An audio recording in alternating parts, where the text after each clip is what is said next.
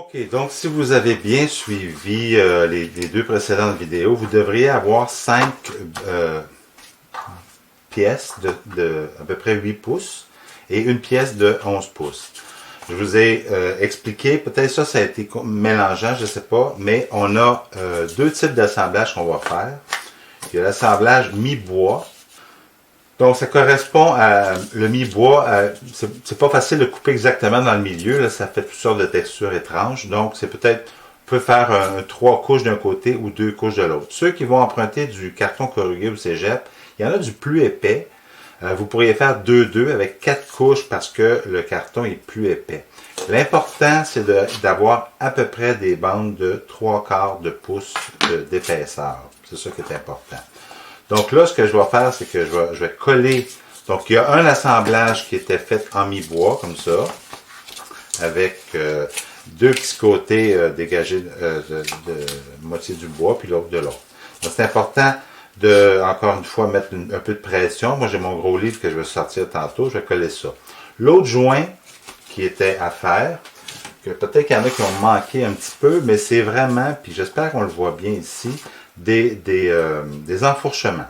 Donc, on a fait des pièces de 8, mais on a fait aussi des pièces de 3 pouces. C'est tout ça, 8 moins 1,5, 3 pouces, oui, à peu près 3 pouces. Et on va les assembler par enfourchement. Alors, j'ai alterné ici, c'est les 3 couches extérieures qui sont plus longues, puis ici, ce sont les 2 couches intérieures. Fait que ça, je vais les assembler par collage comme ça. J'avais choisi de faire un assemblage par enfourchement pour le petit U, si je peux me permettre. Et, voyons, c'est dur à... Le papier se défait, là, mais en tout cas. Voilà. Donc, j'avais choisi de faire le petit U avec enfourchement, sans raison particulière, simplement pour expérimenter différentes choses. Puis d'ailleurs, si je peux me permettre, l'expérimentation de ces types de joints-là sur le carton, c'est pas banal parce qu'il arrive toutes sortes de choses. Comme par exemple, l'épaisseur, pas tout à fait, j'ai dû ajuster. Vous vous en rappelez, j'ai collé un petit carton pour ajuster. J'avais pas tout à fait la bonne hauteur. Ensuite, des fois, on peut être pas très bien aligné. Si ça, c'est trop profond ou si l'autre est trop profond, le joint est pas aussi bien aligné. Fait que c'est des choses qui arrivent aussi quand on travaille dans le bois. Donc, la compréhension de ce phénomène-là est importante et heureusement, le carton nous permet quand même de vérifier ces choses-là. Donc là, je vais coller. Je vais utiliser la colle jaune ou la colle à papier blanche, peu importe, pour coller mes deux joints. Pour créer mes deux pièces. C'est dur. Fait un petit peu suer. On va ici. Oups, là, il y en a beaucoup. Faites attention de ne pas trop en mettre, parce que ça peut être salissant un peu. Je vais mettre sur mon papier pour pas salir mes petites coupes. Et je vais y aller. Ça. Comme ça. Vous voyez, là, je ne l'ai pas frotté un petit peu, mais on peut y aller comme ça. On peut bouger aussi pour y aller à la frotte, comme on appelle, dans le bois. Puis là, ben, j'ai une bavure que je vais essuyer de chaque côté. Celle-ci. Et je vais faire la même chose sur l'autre. Sur l'autre, c'est un petit peu plus difficile. Dans le bois, c'est le genre de joints qui sont un peu plus complexes parce que on met de la colle un peu partout, le mieux qu'on peut, mais on a tendance à l'essuyer quand on le fait pénétrer. Je ne sais pas si vous me suivez, mais en tout cas, c'est pas facile. Donc, j'en mets un peu là, j'en mets un peu là. J'aimerais pouvoir en mettre un peu dans le milieu. Voilà, j'en ai mis un petit peu dans le milieu. Même chose ici, dans le milieu. Je vais prendre un autre carton pour essayer de remplir ça comme il faut. Puis, j'ai l'autre aussi. Wouhou! Donc ici, je vais mettre un peu là, un peu là, et un peu là.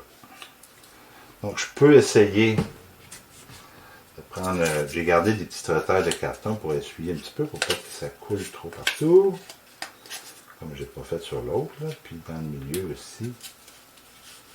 Essayer de remplir ça comme ça. Hein? Bon, ici, il en manque un petit peu, mais bon, ça va aller. Je pense bien que le joint va être très fort de toute façon, parce qu'il y a de la colle pas mal. Alors, vous voyez, le principe aussi des enfourchements, c'est que là, la surface la surface de contact est agrandie. Hein. Vous comprenez que là, j'ai multiplié par beaucoup les surfaces en collage. Alors ça, c'est le type de joint là, très très fort par enfourchement qui va servir par exemple dans les chaises pour faire des assemblages de chaises parce que la chaise, là, vous êtes capable de comprendre que c'est un mobilier qui a besoin d'énormément de force. Hein. Vous vous êtes peut-être déjà amusé à vous tenir sur une chaise juste sur deux pattes. Vous n'avez pas idée la force qui est exercée sur ces deux pattes-là. Donc le joint doit être parfaitement solide, là, parfaitement irréprochable. Donc les enfourchements, pour ça, sont des très, très bons. J'ai de la misère à placer mon petit carton.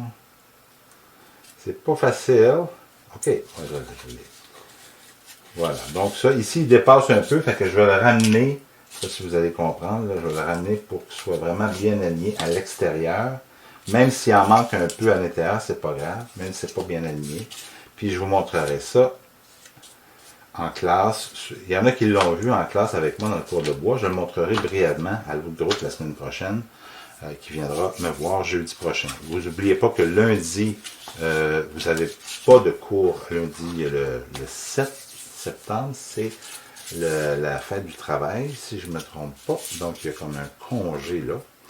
C'est comme ça. Donc, faites attention, surtout si vous utilisez de la colle jaune, parce que ça peut tacher. Là, je vais mettre ça au rebut.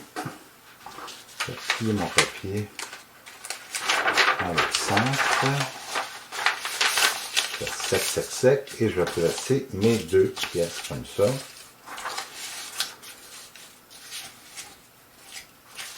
Avec mon livre. Vous voyez qu'il y a un petit jeu. Puis ça, c'est volontaire, le petit jeu qu'il y a là. Si j'ai peut-être fait un peu plus court ou un peu plus long qu'un 11 pouces, c'est pas grave. Si c'est trop serré, il faudra peut-être en enlever un petit peu parce que ça pivotera pas très bien. Donc, mais en principe, si vous faites 8 pouces puis 11 pouces, ça devrait quand même bien fonctionner. C'est bon? Donc, je vais vous revenir dans quelques minutes pour l'assemblage avec le goujon. OK. Après avoir collé, même si c'est pas tout à fait sec, là, je vois un peu plus rapidement, laissez ça coller au moins une bonne heure, au moins. Faites autre chose pendant ce temps-là, mais c'est bien de laisser reposer au moins une heure. Donc, ça devrait faire un joint quand même suffisamment solide. Là, j'ai réalisé que je m'étais trompé. J'ai fait deux petites erreurs. Premièrement, sur la longueur d'une des tiges, je réalise, là, si je poursuis, que j'ai fait une patte, si je peux appeler ça une patte, un petit peu plus longue que l'autre. Donc, je vais marquer ici, pour que ce soit la même longueur. J'aurais pu mesurer, hein, genre, bon, c'est ça, j'ai 7 pouces et 3 quarts, 7 pouces et 3 quarts. C'est correct, c'est pas grave, là, c'est à peu près 8 pouces. C'est pas, il n'y a pas une urgence d'avoir exactement la bonne dimension, c'est pas si grave. Pourvu qu'on a quelque chose qui fonctionne bien. Donc, pour couper, je vous le dis, hein, c'est vraiment d'y aller très, très doucement, sans forcer. C'est là qu'on peut se blesser inutilement et faire un mauvais travail. Donc, on y va faire plusieurs petits coups pour couper ça parfaitement. Ensuite, j'ai fait une autre erreur parce que ici, c'est pour que l'emboîtement soit parfait. Ben, il faudrait certainement que ça soit pas beaucoup plus long que ça. Donc, je vais couper aussi sur la longueur pour les avoir à la même distance. Donc, si je mesure, je devrais aller chercher, voyez-vous, 6 pouces. Puis ici, j'ai à peu près 7 pouces 3 quarts aussi. Donc, c'est pour ça que j'ai un petit peu de jeu. Fait que, avant d'assembler, vérifiez ça. Si vous n'avez pas de jeu, c'est pas très grave non plus. Si ça frotte un peu, c'est pas tragique non plus. Il n'y a rien qui est vraiment tragique, là. C'est vraiment un petit exercice pour travailler sur les joints, puis apprendre un petit peu. Donc ici, c'est mon manque de préparation. C'est moi là, qui fait ça un petit peu en catastrophe et qui est obligé de sauter des étapes pour vous donner quelque chose. Donc, c'est à moi de faire attention à l'avenir. Donc ici, il faudrait que je le coupe à peu près à 6 pouces et un quart. Donc je vais noter 6 pouces et un quart. La même chose ici, 6 pouces et quart. Et je vais encore une fois couper. Ce qui n'est pas mauvais, hein, ça vous fait de la pratique aussi de coupure. Donc, vous voyez, j'ai sorti la lame quand même et je la visse pour que ça soit solide. Ça vous prend absolument un X-Acto comme ça. Il y en a qui m'ont dit j'ai un plus petit X-Acto. Non, c'était ça qu'on vous a montré depuis le début. Donc, c'est vraiment des gros X-Acto comme ça qu'il vous faut. C'est très important. Voilà.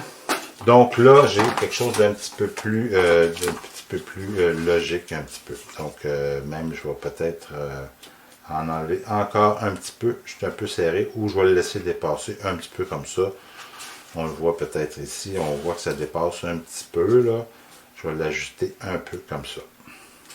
Donc, vous voyez ici maintenant, j'ai mes deux pièces un petit peu mieux, qui s'emboîtent un petit peu plus parfaitement. Donc, je vais ajuster ça, j'ai coupé ça. Désolé pour l'erreur. Mon jeu est assez important ici. Ça peut être moins que ça, c'est pas grave. Là, on va les assembler. Donc, on va utiliser des goujons. Moi, j'ai pris un goujon de 3/16e de pouce. Donc, pas tout à fait un quart de pouce, un peu plus gros qu'un 8e de pouce. Donc, de 3/16e de pouce. Pour le mesurer, ben moi j'ai un pied à coulisse. Je vous inviterais peut-être à vous en acheter un à un moment donné pour vérifier. Parce que pour mesurer des trucs comme ça, ça se mesure pas bien avec une règle. Mais un pied à coulisse, je vais essayer d'en trouver des pas trop chers. Canadian Tire, je pense qu'ils en ont. Même des électroniques si vous aimez mieux ça. Mais bref, ça peut être un outil important et utile.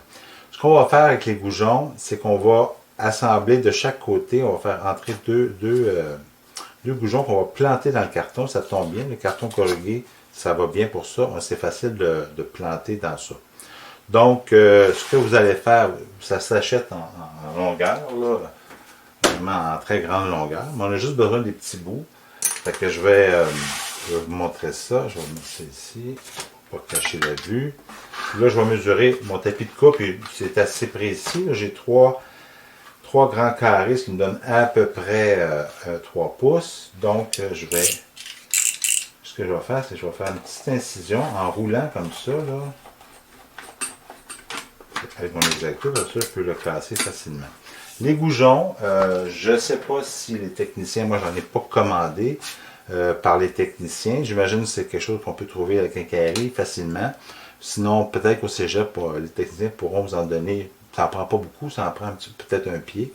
Donc, ce que je vais faire, c'est que je vais l'affûter quand même pour qu'il plante bien dans le carton. Donc, à peu près à un quart de pouce, 4-5 mm.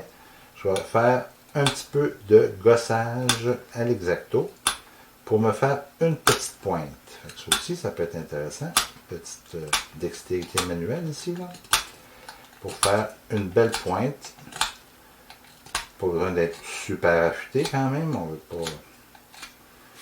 pas blesser personne. C'est juste pour entrer dans le carton. Donc, j'ai mesuré à peu près à mon pouce et demi. Là, je vais à peu près poursuivre ici.